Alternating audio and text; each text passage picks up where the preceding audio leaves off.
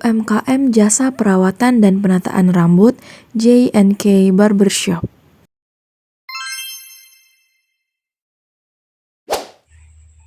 Pengertian UMKM atau usaha mikro kecil menengah. UMKM adalah jenis usaha yang memiliki skala kecil hingga menengah dalam hal modal, tenaga kerja, dan pendapatan. UMKM memainkan peran penting dalam perekonomian karena membantu menciptakan lapangan kerja, mendukung inovasi lokal, dan meningkatkan kesejahteraan masyarakat. UMKM sering berkontribusi dalam berbagai sektor seperti kuliner, fashion, kerajinan, dan teknologi. Kriteria UMKM terbaru. Kriteria UMKM yang baru diatur dalam pasal 35-36 PP UMKM. Berdasarkan pasal tersebut, UMKM dikelompokkan dengan kriteria modal usaha atau hasil penjualan tahunan. Kriteria modal tersebut terdiri atas yang pertama usaha mikro, yaitu usaha yang memiliki modal usaha paling banyak 1 miliar rupiah, tidak termasuk tanah dan bangunan tempat usaha. Yang kedua, usaha kecil, yaitu usaha yang memiliki modal usaha lebih dari 1 miliar rupiah sampai dengan 5 miliar rupiah, tidak termasuk tanah dan bangunan tempat usaha. Dan yang ketiga, usaha menengah, yaitu usaha yang memiliki modal usaha lebih dari 5 miliar rupiah sampai dengan paling banyak 10 miliar rupiah, tidak termasuk tanah dan tempat usaha. Tujuan, manfaat, dan peran UMKM. Menumbuhkan dan mengembangkan usaha adalah mendorong pertumbuhan bisnis dari skala mikro hingga menengah, agar lebih tangguh dan mandiri. Mewujudkan struktur perekonomian yang seimbang dan berkeadilan, menciptakan pemerataan kesempatan berusaha dan pendapatan di berbagai lapisan masyarakat dan wilayah. UMKM juga memberikan berbagai manfaat signifikan, baik bagi pelaku usaha, masyarakat, maupun perekonomian secara keseluruhan. Penciptaan kerja, UMKM adalah penyerap tenaga kerja terbesar.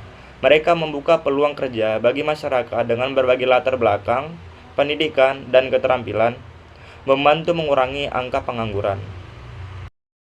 Ciri-ciri UMKM. Yang pertama yaitu sifat manajemen sederhana. UMKM umumnya dikelola secara langsung dan sederhana oleh pemiliknya. Pengambilan keputusan seringkali terpusat pada satu atau beberapa individu. Yang kedua yaitu struktur organisasi sederhana dan fleksibel. Struktur organisasi UMKM cenderung datar dan tidak berjenjang. Hierarki yang minim memungkinkan fleksibilitas dan adaptasi yang cepat terhadap perubahan. Yang ketiga yaitu sumber daya manusia atau SDM, jumlah karyawan yang terbatas. UMKM memiliki jumlah karyawan yang relatif sedikit dibandingkan usaha besar. Cara penyajian laporan keuangan pada UMKM. Penyusunan laporan keuangan bagi UMKM di Indonesia diatur dalam Standar Akuntansi Keuangan Entitas Mikro, Kecil dan Menengah atau SAK EMKM. Standar ini dirancang lebih sederhana dibandingkan Standar Akuntansi Keuangan atau SAK Umum atau SAK Entitas Tanpa Akuntabilitas Publik atau SAK Tetap. Untuk memudahkan UMKM dalam penyusunan laporan keuangannya, berikut adalah cara penyajian laporan keuangan pada UMKM sesuai SAK EMKM. Yang pertama yaitu laporan posisi keuangan atau neraca, yang kedua yaitu laporan laba rugi atau laporan kinerja keuangan, yang ketiga yaitu catatan atas laporan keuangan atau CAP.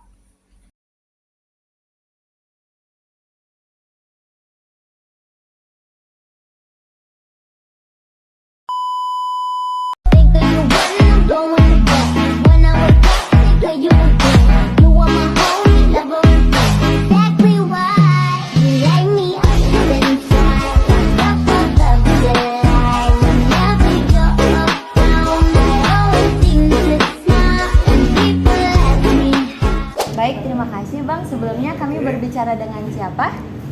Dengan saya Rizky. Dengan Bang Rizky. Ya. Baik, terima kasih. Sebelumnya boleh kami tahu siapa pemilik dari usaha ini? Kalau pemilik founder dari perusahaan ini namanya Bapak Ivan Winarta Ginting. Bapak Ivan Winarta Ginting. Ya. Oke. Ada lagi? Berarti Abang merupakan Saya di sini sebagai penanggung jawab.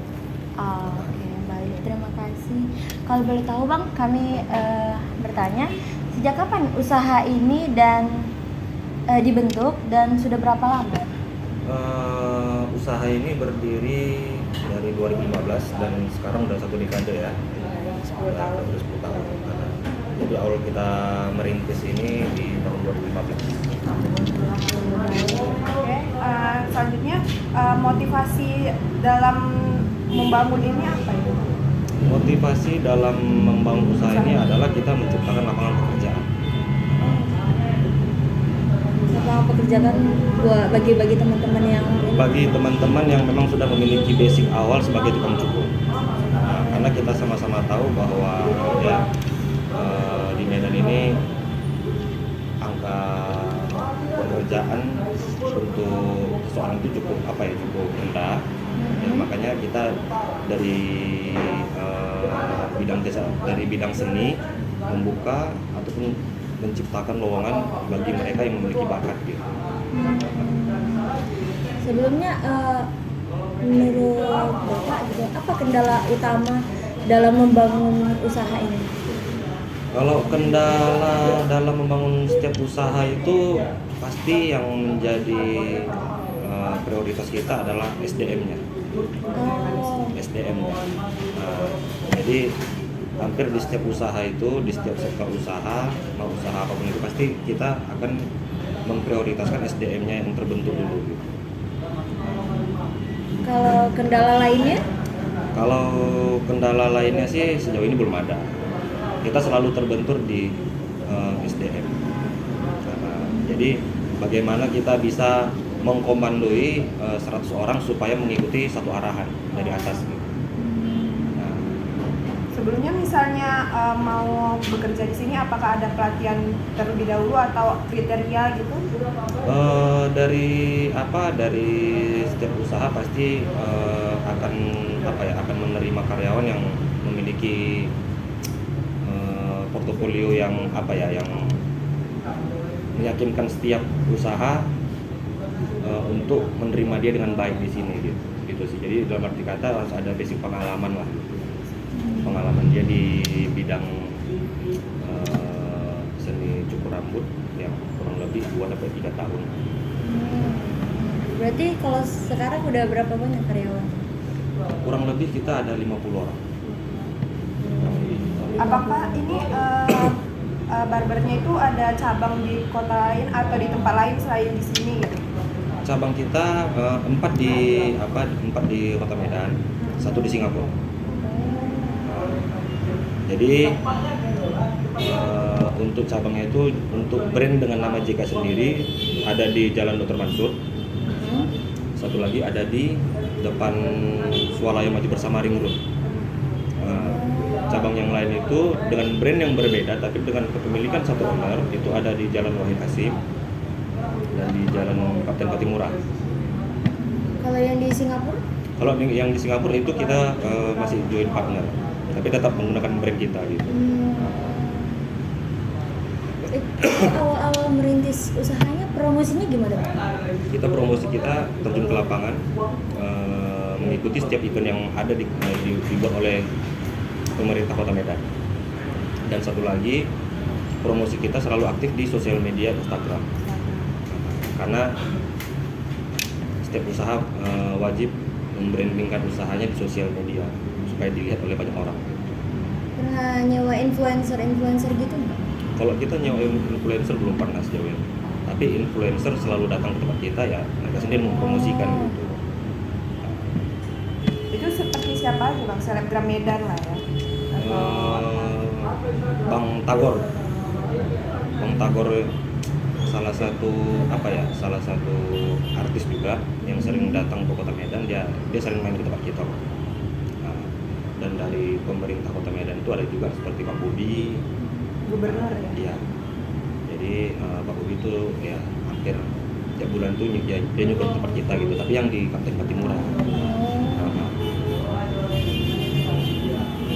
Menurut Abang, gimana caranya usaha ini menentukan range harganya itu, misalnya perpotongan ini gitu? Kalau kita mau menentukan harga pasti yang kita lakukan hal pertama kali adalah kualitas cukurnya dulu kita perbaiki. Nah, iya. Itu sih. Jadi setiap anak-anak didik kita itu ya kita evaluasi tiap harinya, dan kita surplus mereka supaya terus mengikuti setiap event, workshop, battle di luar gitu. Dan itu akan mempengaruhi hasil cukuran. Berarti sebanding harga dengan kualitas. Ya. Itu apakah ada perbedaan antara dewasa sama anak-anak harganya, range harganya? Ada. Kalau untuk dewasa dia 75.000, kalau untuk anak-anak dia 50.000. Oke, baik. Terima kasih Bang. Terima kasih. Segitu aja. Iya. Ya. Terima kasih atas perhatian Abang kepada kami, Sama-sama. memberikan kami kesempatan untuk Ya. wawancara hari ini.